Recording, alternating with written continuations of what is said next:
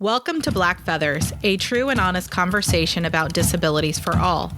I am your host, Dr. Crystal Hernandez from the Cherokee Nation. Thank you for joining us for this episode's journey.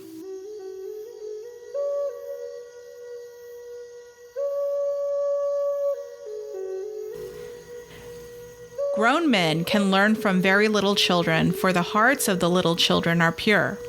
Therefore, the Great Spirit may show them many things which older people miss. Black Elk.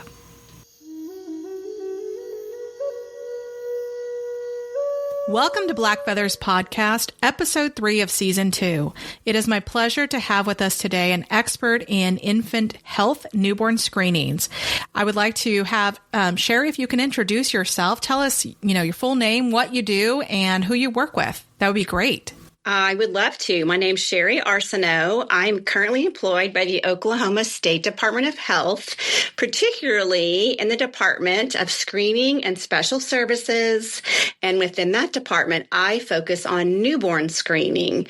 And I've been a registered nurse for many decades, and it is just my delight to be able to focus on the health of newborns in this stage of my career, because I started in pediatrics, so it's a great spot for me to spend some time. Fabulous. It sounds like you've done a lot of work and for a long period of time. And I know, myself looking back, it's hard to believe sometimes that much time has passed and you feel still relatively new in your career, or sometimes you feel a little more settled. But how did you become interested or involved in that path, that career choice, that specialization?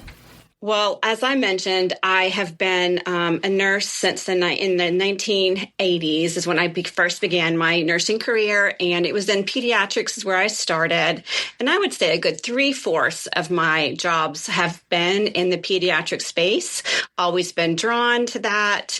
And I had been in the clinical setting up until, I guess, through 2021, and was just ready to look for something new. And one of the beautiful things about a nursing career is that you can have the opportunity to basically change careers in the middle of, with the same licensure, the same training, and you can just go to a new department, a new field, and challenge your brain and learn new things. And I was kind of looking for that in this chapter and was just doing some browsing and came across this newborn screening role at the State Department of Health.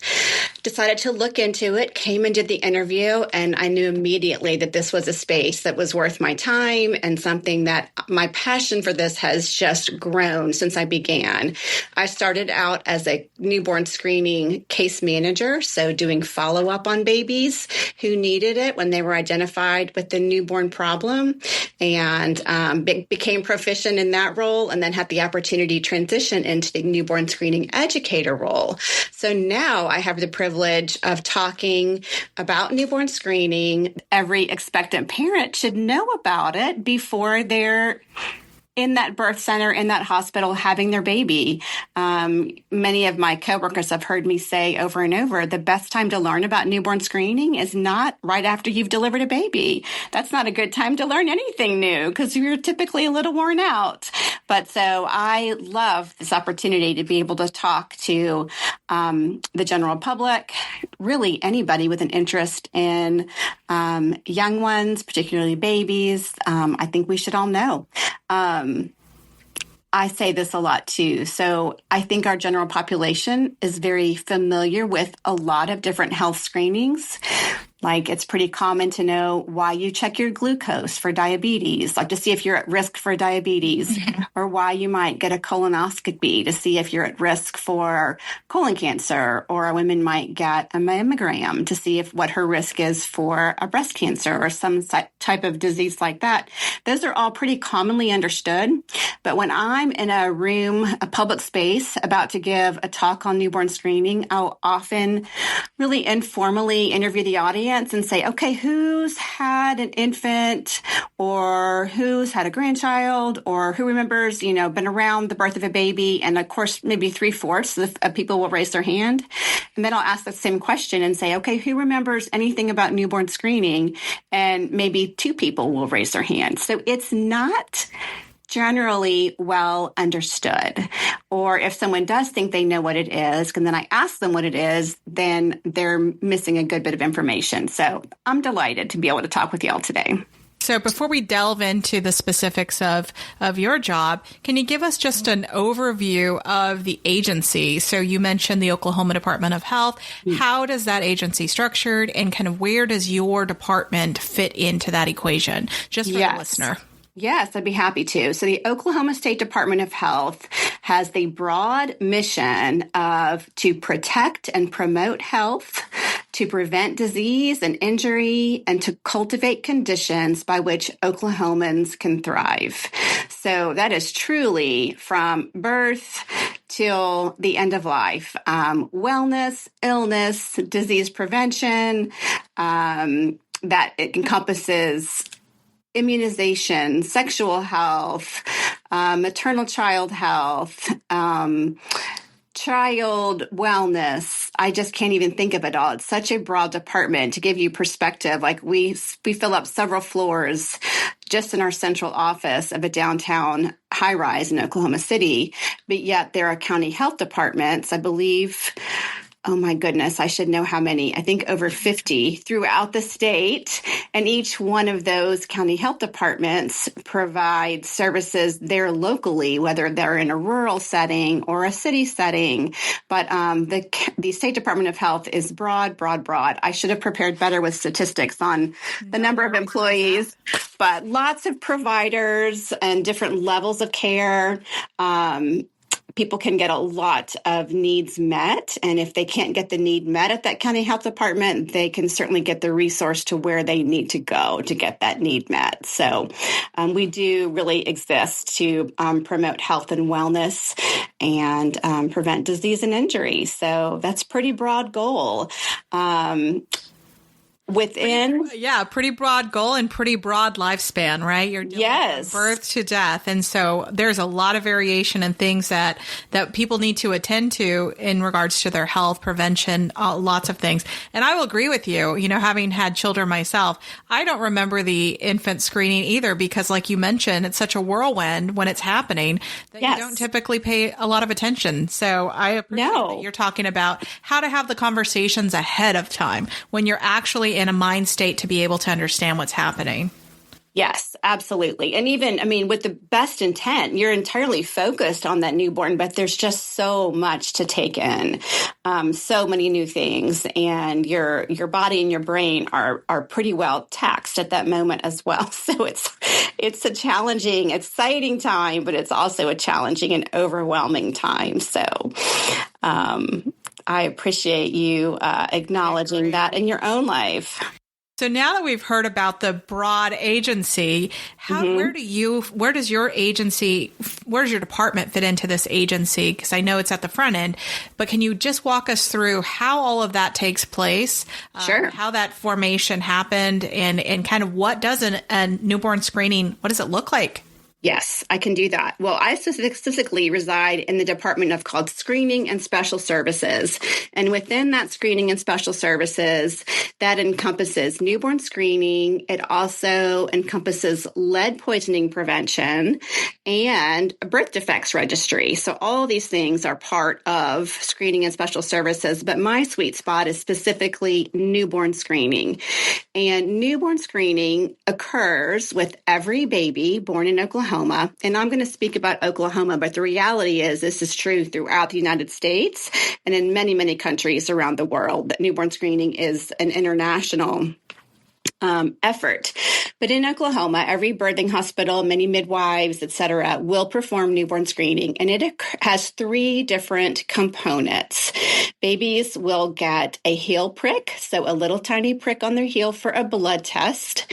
They will get a painless hearing test with the cutest little headphones you ever saw, and they will be done while baby is even asleep. They can be resting quietly or asleep or even nursing or eating.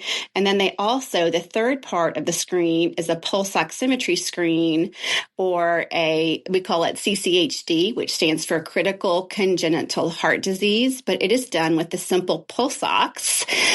Pulse oximetry became a little bit more widely understood. I feel like with COVID, everyone could go to the local drugstore and pick up a little thing to put on your finger to check your oxygen level.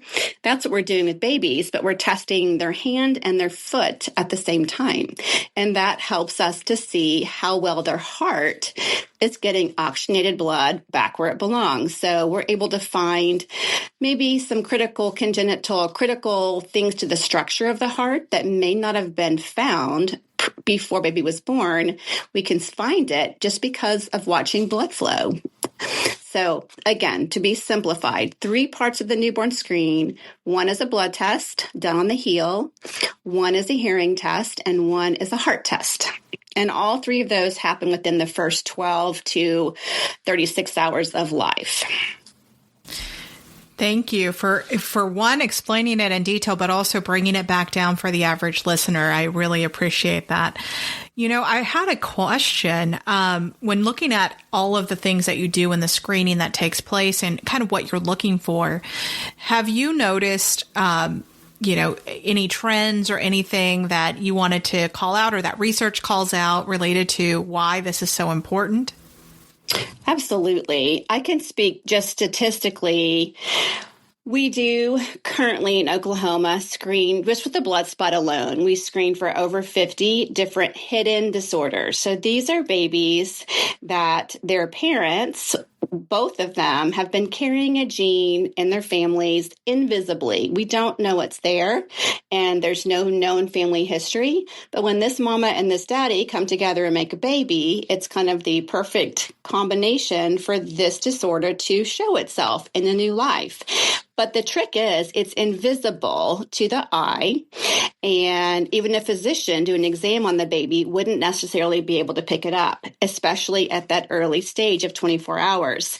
For example, this year in Oklahoma, there were over 113 babies who have been identified with one of the disorders on our newborn screening panel. And I like to point out that at 24 hours of age, when the screening was being done, all of these babies looked perfectly well. And that can change in a matter of days sometimes. And this is after baby's gone home. It may change in a number of weeks. But the most important thing to remember is all of these disorders that we're looking for on the newborn screening panel, they're on the panel because they can be harmful to baby. But even more importantly, they're on the panel because we can do something about it if we know about it early. So there's not going to be a disorder that we're screening for that we don't have a treatment or an assist for, if that makes sense. Like there wouldn't be a benefit if we all screened ourselves, if we screened every baby born for something as well known as Alzheimer's that we get late in life. There's no benefit to me knowing as a baby that I could potentially have a disease like Alzheimer's. The things that we're screening for are all things that we can treat and give this baby either a much higher quality of life or in some situations, even save baby's life. Some of these disorders can be fatal if not treated.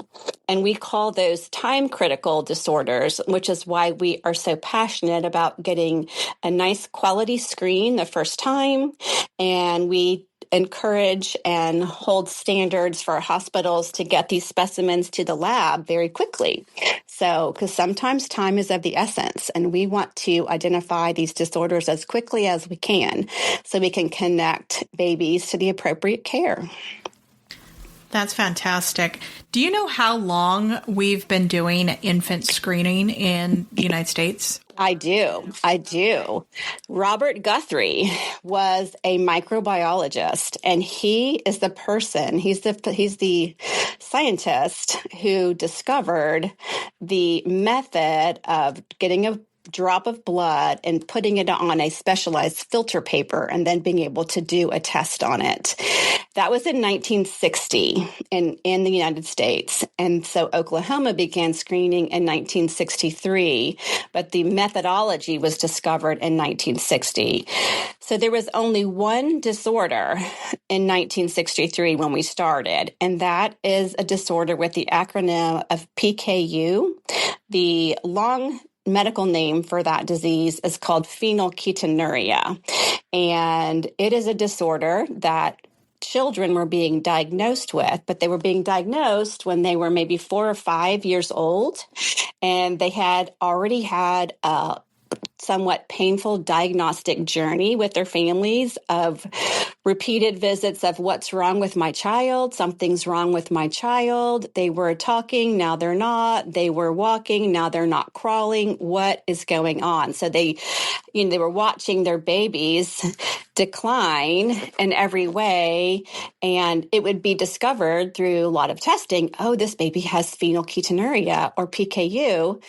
And this is a disorder that can be treated if the child is put on a specialized diet right away. So that was the impetus or the motivation for Dr. Guthrie and others to be like, we've got to find this. We have to find this before it makes a child sick.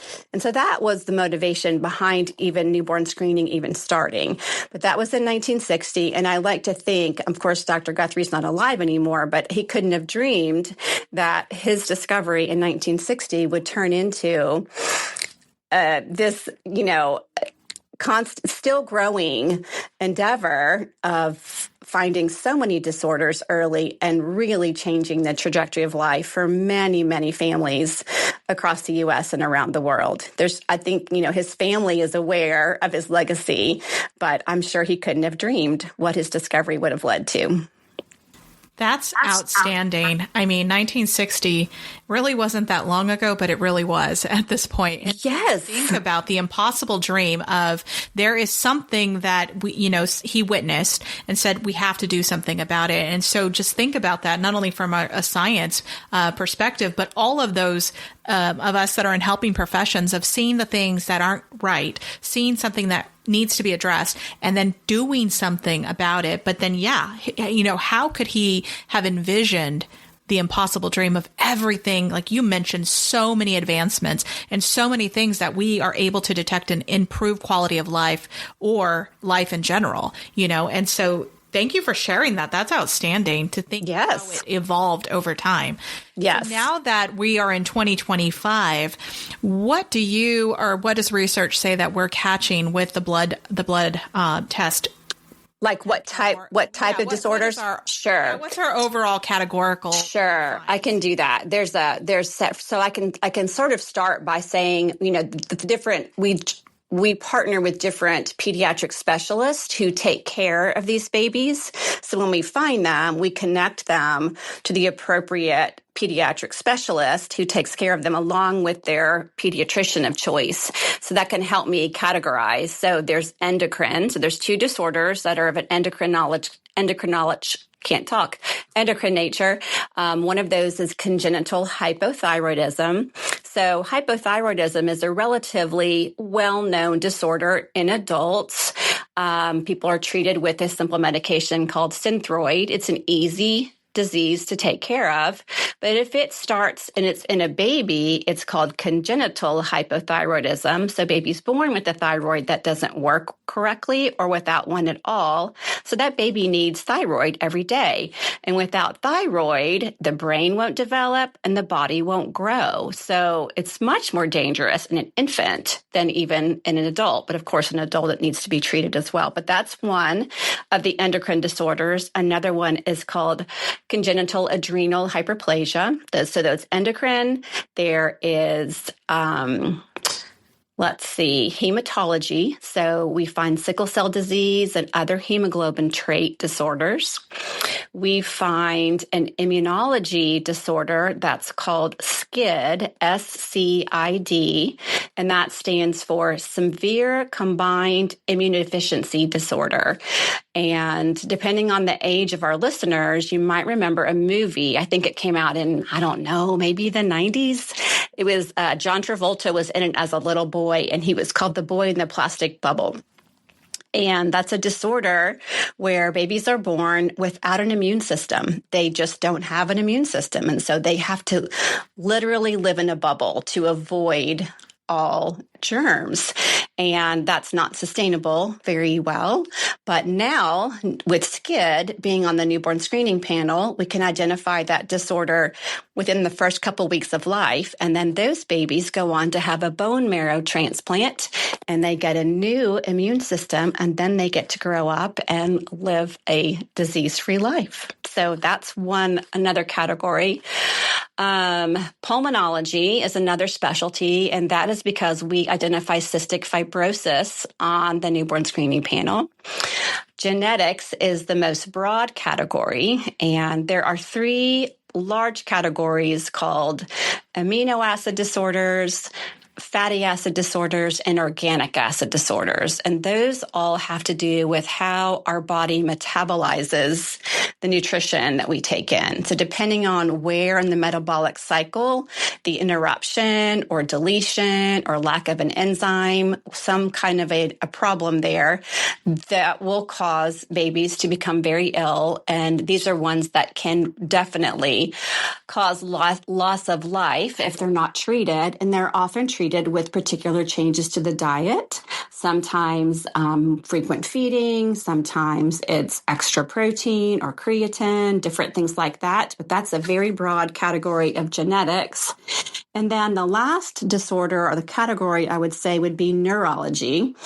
There is a disorder that has to do with muscle atrophy called SMA, and that is treated by neurologists, and that can be treated as well. And in these babies, if they're not treated, we say that time is muscle. The longer they go without treatment, they're losing the muscle mass they have, and it's difficult for that to be regained even when treatment is given. So that's another reason why we want to start treatment right away.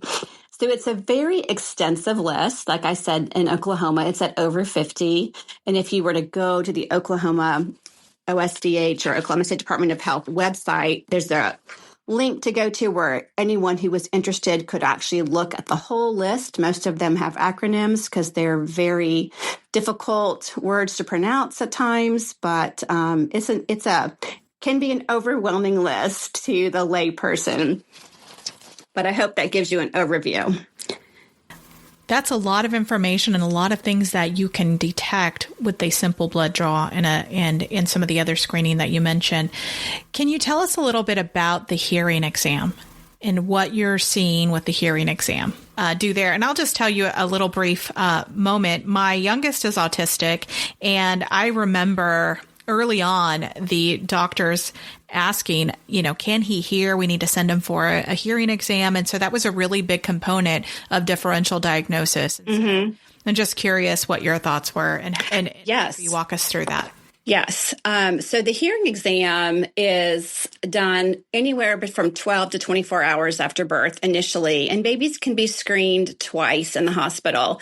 And it is done with little headphones on the ears, and it's actually measuring brain waves back all the way to the brainstem. I am not an expert on how the hearing equipment works, so I am not going to be the best to describe that specifically, but it's looking for response in the brainstem to sound in the headphones, and the equipment can pick up that whether there's a response or not.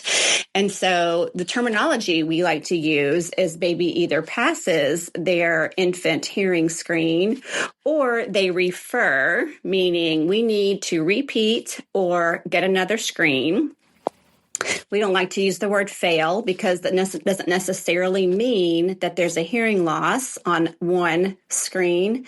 It does mean that further testing is indicated. So that's the direction that families are given as they're leaving the hospital if their baby did not pass their initial hearing screen. So then they are directed to an audiologist outside of the hospital for a more thorough exam.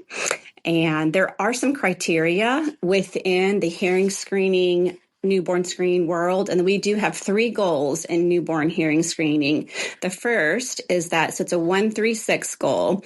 The first goal, the 1, is that every baby is fully screened by 1 month of age.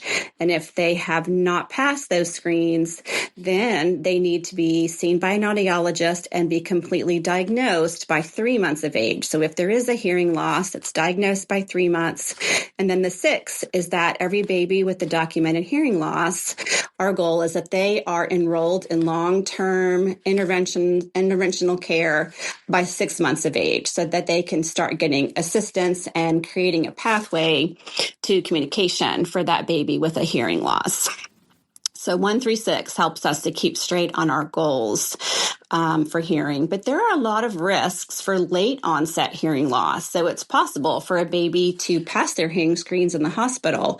And there are several different things that can come into play, which can put an infant at risk or a young child at risk for late onset hearing loss. Could be a variety of infections that they were exposed to or incurred themselves. And it's, I think, one of the most important things to keep in mind is when a parent or caregiver has concern, then additional screening should always be looked into. Thank you. There's just so many ways that you are working to diligently catch things and detect early on so that you can give alternatives for the family. And I think that's a beautiful thing that, in a lot of areas, in our society, prevention is always an afterthought. And it sounds like here it's really at the forefront. And that's such a switch. And it's so refreshing to hear. It is a switch. And it's also, I think it's one of the many reasons why I get so passionate about this. I work with families who have children with these disorders, and we've made videos, like family story videos. And these moms just say, if I had said no to that heel prick, my baby literally would not be here today. Or without newborn screening, I would not have this child in my life. And you just can't argue with that. So I don't really know of another public health initiative that has this kind of impact across the spectrum. So it makes me really excited, and I'm proud to be able to make a difference and talk about it and educate about it. You did ask the question a little bit ago about trends or things that I wanted people to know. I think, I don't know how to say this. I think there is a tendency or maybe a little bit of growth or increase in the area of autonomy, which is good. I mean, people need autonomy and they need to be able to make decisions in their medical care. But I get wary of a generalized growing mistrust of laboratories or government, or saying my baby looks fine. I don't want that heel prick. My baby looks great to me. And those are things that make me scared. I don't want a parent to refuse a newborn screening just because, I don't want them to have a heel prick because it will hurt. Well, it will hurt for maybe 20 seconds. But it also could save your baby's life. So that's an easy answer for me, right? Because I've seen both sides. I've seen sick kids, and I've seen a lot of sick kids in my career as a pediatric nurse. And anytime I could see their story different because their disease could have been found earlier, that's the story that I want to go with. I could not agree more. And so, yes, autonomy is great. Options and choice, and all of that is great. But there's also, again, 1960, there was a reason why this started. And it's been holding steady and true and only getting better in terms of the ability to detect things that are not visible to the eye. Correct. And so quality of life and life in general, is worth it. And so thank you for sharing not only the expertise, but the trends and some of the things that you want to see, the public understand. Mm-hmm. So switching gears just a tad, Oklahoma is a very much populated state of tribal nations with tribal citizens.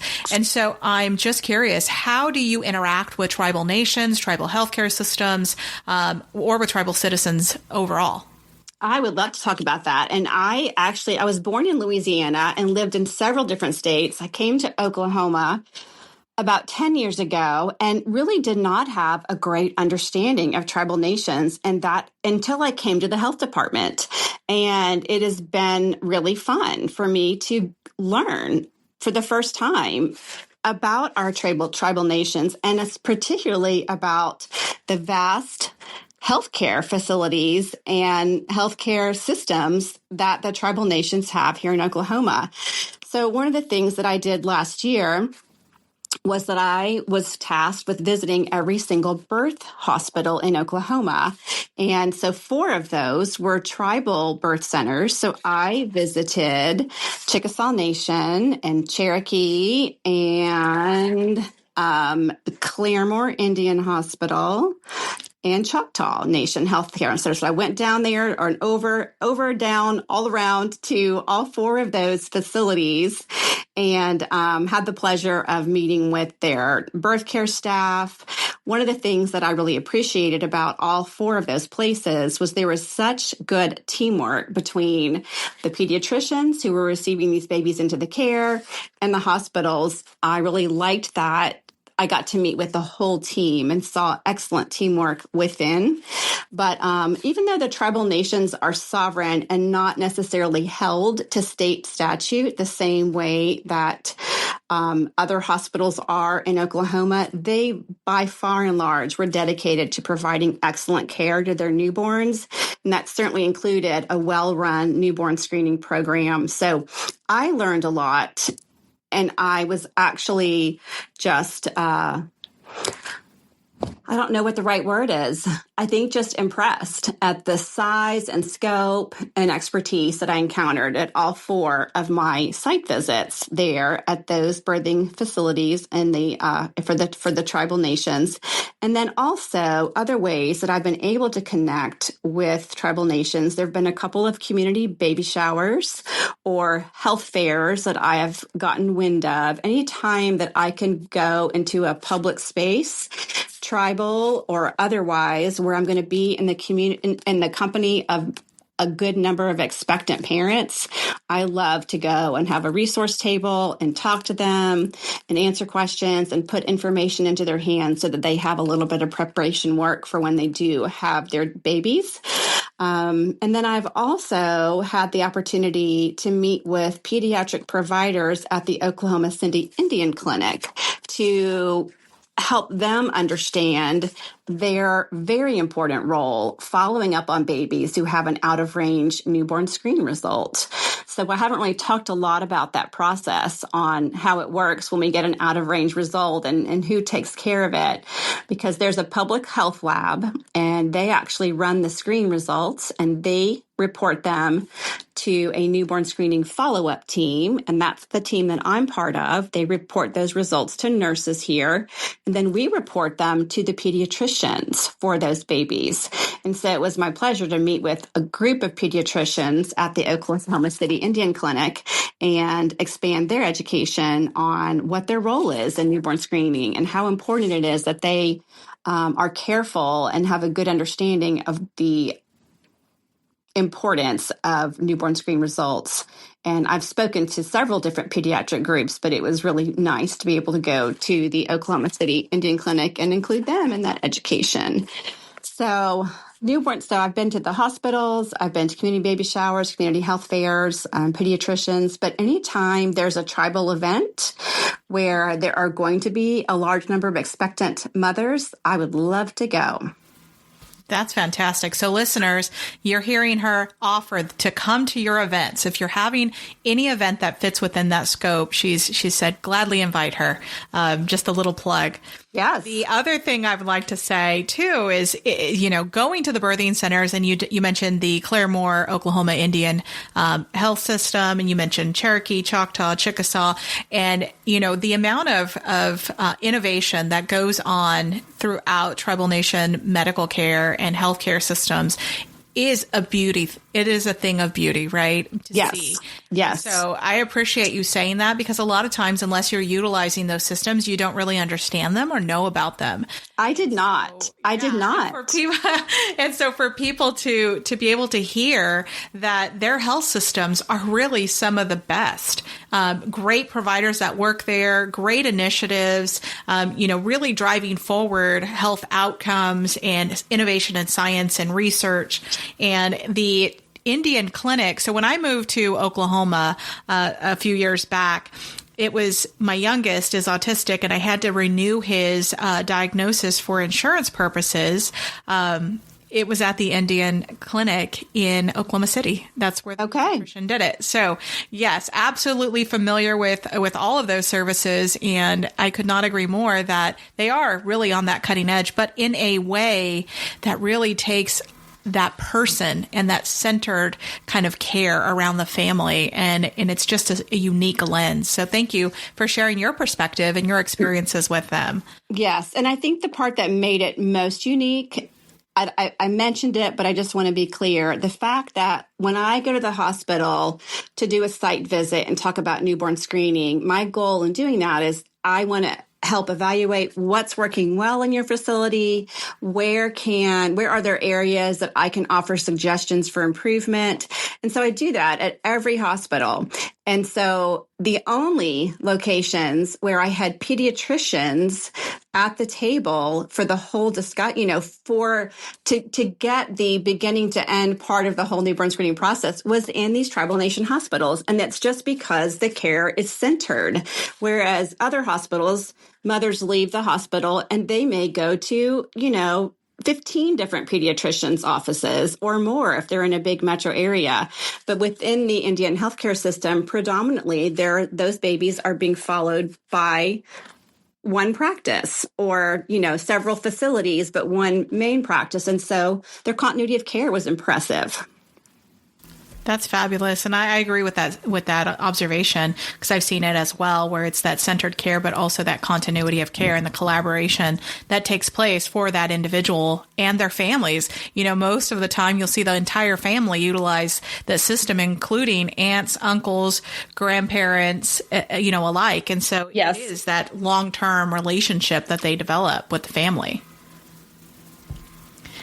So switching gears a little bit more, what are some areas that you would love to see the Oklahoma Department of Health, yourself, your group work with the tribal nations and the healthcare systems through Indian Health Services? Where would you like to see that kind of go? Or where are some opportunities to make it stronger?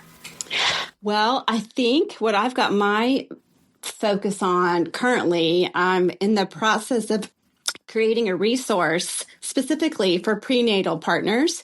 So as I mentioned earlier, that how great it would be if mothers understood newborn screening before they were in the hospital delivering. And so I'm creating this resource that it's my hope to get it on the walls of prenatal office exam rooms. So when mothers are getting their, weekly, monthly checks with their prenatal providers as they're expecting, that when they're waiting in the room for another 15 minutes, they've got a really colorful, fun, informative poster on the wall all about newborn screening. So they may read it 3 times in their whole prenatal experience. But I want that to be in a place where they see it.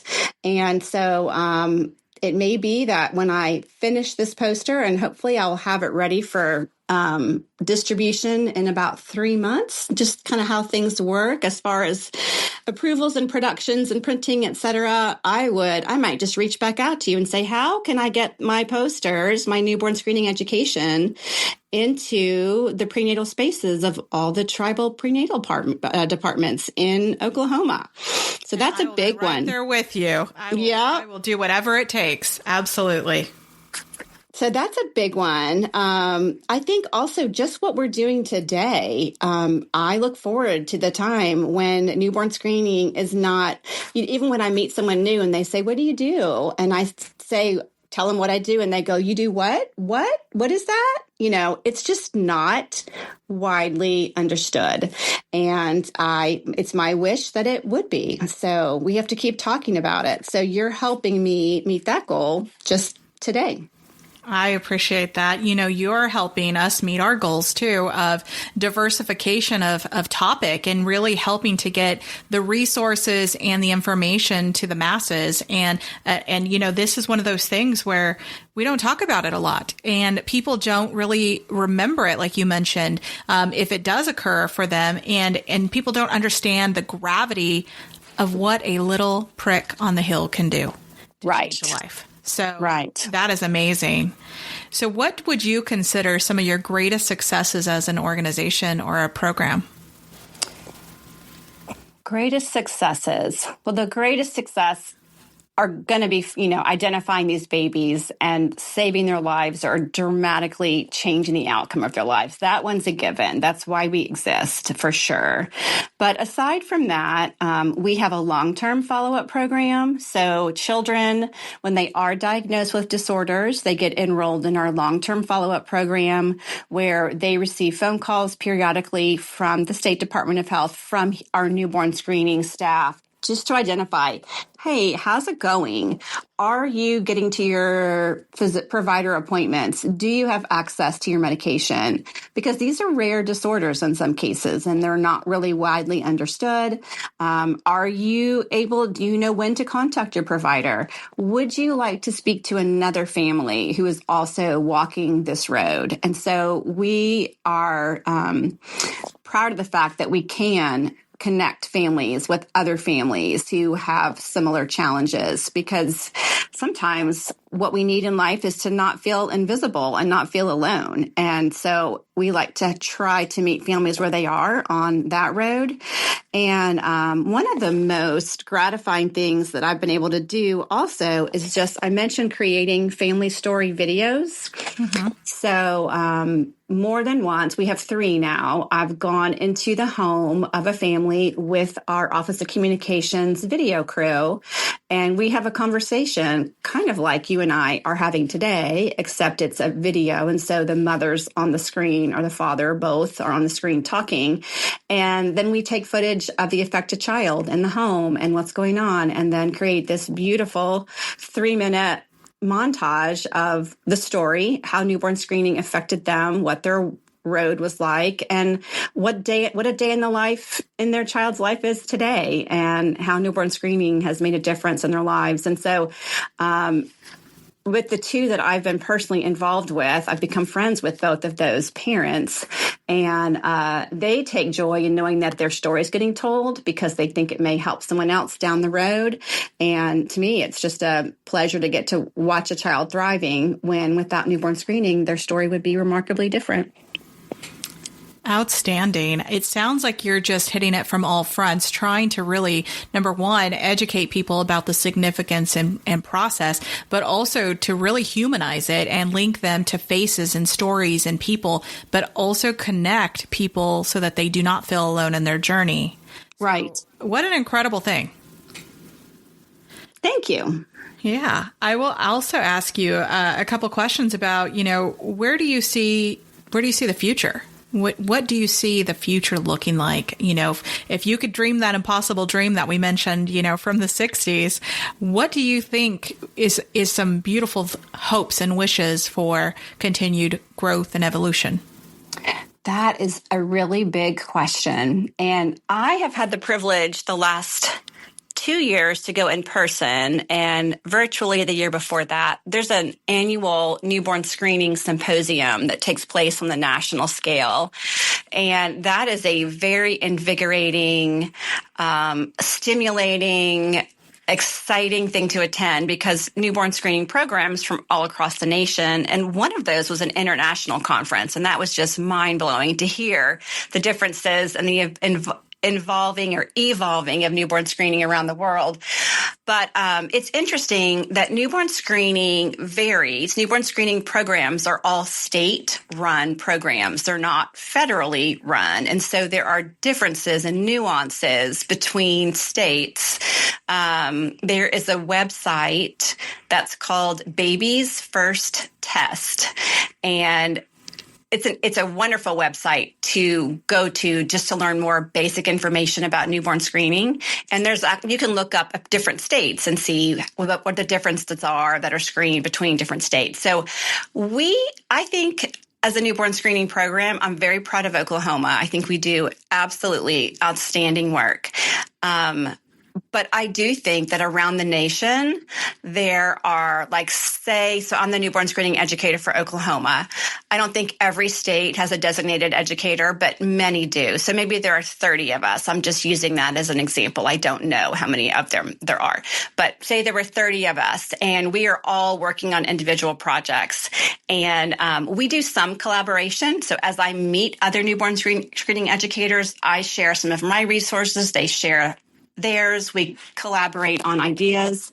But I do think that a lot of times we're duplicating efforts, and we could share ideas better and maybe grow faster. I don't know. I'm talking completely off the top of my head.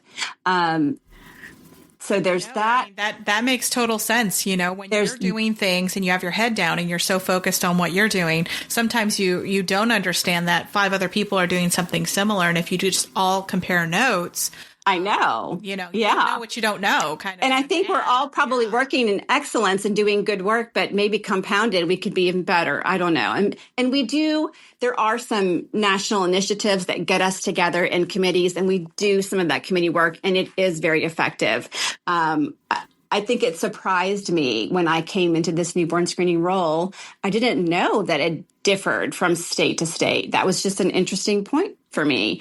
Now, I do want to say that there are national recommendations for which disorders should be on the panel. So I don't want anyone listening to think that states decide willy-nilly what they're going to screen for. That is not the case at all. There are national recommendations that are put together by a very broad, well-vetted committee that does extensive research on what disorders belong on the panel. And I want to be clear, the most important criteria for a disorder to be on the panel is, can we treat it? Can we help a baby with it? Like I alluded to earlier, it's not beneficial to find something if you can't do anything about it.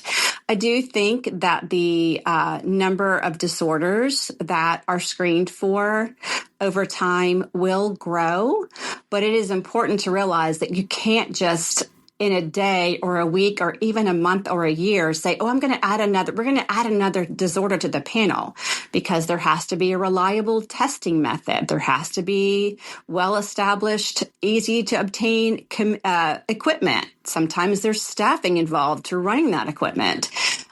We had a family some time ago, or we've had the question many times that, why is there only one lab that runs these tests? And why do they only have one machine that runs it? Because it is so incredibly specialized. So ideally, wouldn't it be great if every clinic could, yes, just run a newborn screening panel? But that's just not reality. It's very, very highly specialized equipment. So some states don't even have their own. Some states have resources. They resource their testing to other states to get their results. So there aren't even 50 newborn screening labs in the U.S. There's less than that. But I just think the number of disorders will grow. There's all kinds of discussions going on, but big dreams have to come to fruition in baby steps. So they do. They just do. And I think the most important baby steps are public recognition and understanding of what it is, so that we have more people really on the bus of wanting to expand it and promote it. I mean, it is a universal, every baby in Oklahoma is screened unless their parents specifically opt out. And if they specifically opt out, they will receive vigorous education, very kind well-meaning education. I mean, no one's going to be berated or in trouble, nothing like that. There's nothing, I've had families say, I don't want to be reported. No one's going to report anything. We just want your baby to be safe. So hospitals and midwives, as they educate, are educating on behalf of that baby, that we want to be able to see on the inside and make sure that we're meeting all the needs that we can know about. Well, I will tell you, today has been an absolutely invigorating and informative conversation that I hope the listeners really honestly listen more than once, because it's so much information that is not only for your own life, if you're, planning to have children, but also grandchildren, aunts, uncles, all of the people in this world should listen, because every single day babies are born, and every single day there's an opportunity for this screening to take place so interventions can occur in a timely manner, like you said, time sensitive, and can truly change the course of life for that individual and that family. So I just cannot thank you enough for agreeing to participate. Thank you to the Oklahoma Department of Health for providing this service and providing you to this state, because you are phenomenal. So thank you. Is there anything that I didn't ask you that you would like for the listeners to know about? Sure. I would say two things. Anyone who wants more information, oklahoma.gov/health/NBS for newborn screen. And there are pictures on there. There are parent roadmaps on there. There's links to different disorders. There's a provider section and a parent section. So lots of good information there if somebody just has some time on their hands and wants to dive in. And the last thing that I would say, most important takeaway, is that newborn screening saves lives. Yeah, absolutely. And say that again, one more time. Newborn screening saves lives. Well, thank you so much, Shari, for joining. I cannot thank you enough. Oh, you're so welcome, Dr. Hernandez. Thank you.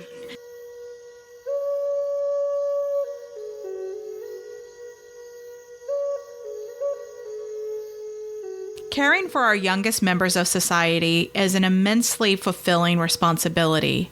We must recognize that newborns represent our future, and it is imperative that we do everything within our means to ensure that they receive the care and resources necessary not only for survival, but also for flourishing.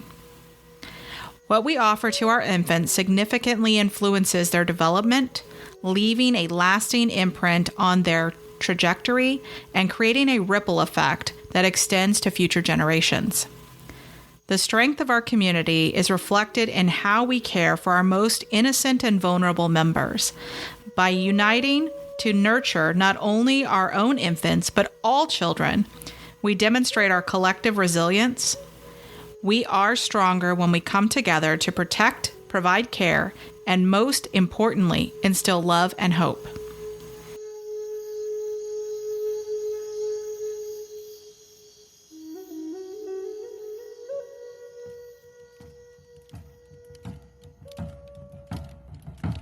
I want to thank Lucas Frazier and the boys for the use of their drumming music, and I want to thank Cherokee National Treasure Tommy Wildcat of the Cherokee Nation for the use of his flute music. Season 2 of Black Feathers podcast is focused on Oklahoma, spearheaded by the State of the States in Intellectual and Developmental Disabilities and funded by the Developmental Disability Council of Oklahoma.